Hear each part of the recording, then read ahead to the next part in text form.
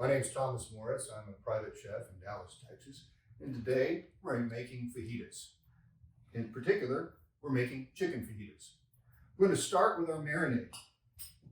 The base of the marinade is 1 can of tomato paste, a small can, just a 6 ounce by weight. 1 1/4 cups of strong coffee, or what I prefer to do actually is a good tablespoon of espresso-grind coffee, and then hot water. A tablespoon of molasses. You can also use brown sugar. You can also use white sugar. 2 tablespoons of salt. 2 teaspoons of cayenne, and about another ½ teaspoon of black pepper. 1/4 cup of oil. It can be olive oil. It can be canola oil.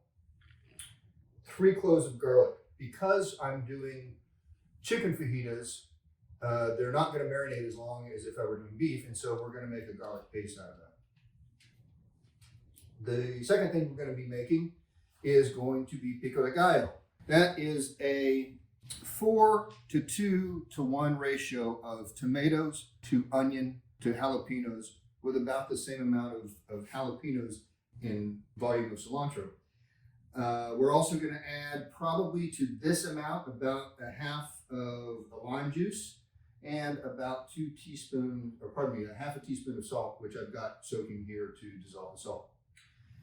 To go with the fajitas, we're going to have onion and bell pepper. Normally you would do those by volume about the same, but the person for whom I'm making these doesn't like bell pepper, so I'm substituting in some zucchini as well. But the volume of bell pepper zucchini is equal to the volume of onion.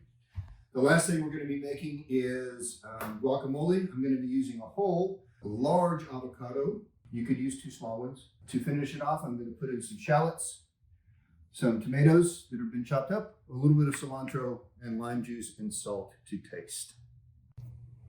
All right, so like I said, we're going to make a garlic paste. First thing we're going to do, we have our minced garlic. Put that on the board.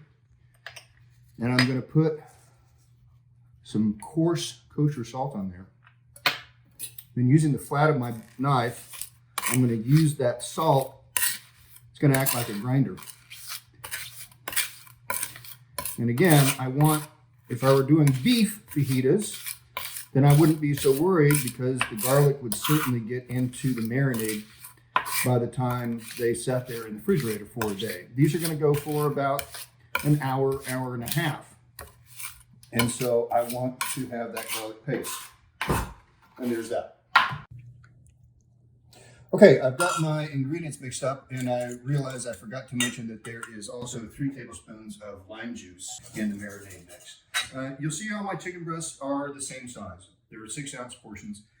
If you had chicken breasts that were different sizes in general, or not uniform flatness, flatten them out a little bit. That way everything is going to cook off at the same rate. Also, I'm going to be cooking these on a charcoal grill. If you were not going to be grilling them either charcoal or gas, you might want to add a little bit of liquid smoke, or maybe some chipotles there to get some good flavor on it. Anyhow, now I'm going to add the marinade, and I'm actually going to put these in a vacuum chamber so that they get a little more penetrated with the flavor, and that'll go for about an hour and a half. Now it's time for guacamole. Safety tip number 1, avoid guacamole hand. It's a real thing, look it up. Do not try and stab the pit. Chop it, pop it. There you go. Now we're just going to score the avocado like such. Scrape it out with a spoon.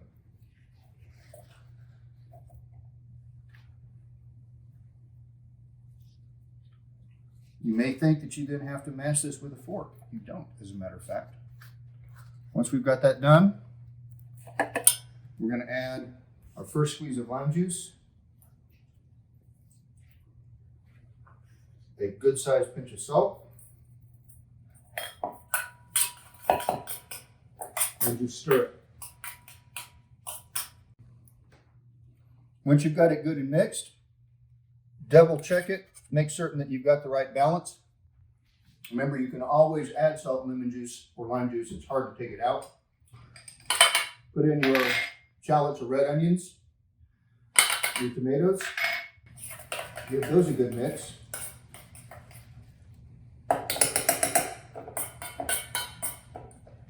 All right, to make the guacamole pretty and to keep it from turning ugly, get it in a bowl. Put a tiny squeeze of your acid, whether it's lemon or lime, on top. Spread that around. That's going to keep it from oxidizing. And now we're going to throw on our cilantro. Some people like to put cumin. Some people like to put a little jalapeno slices in there. However you want to do it is good. Now we're going to talk about the vegetables. You can cook those vegetables on the grill with your meat if you want to. That's fine. I'm going to do mine in a pan that's going to allow me to caramelize those onions off as opposed to roasting them off. And I think that's going to give me a little bit better flavor. I'm going to do a mixture of onions and bell peppers in one pan and a mixture of onions and zucchini in another so that I marry all those flavors together. And there's our finished product. Enjoy!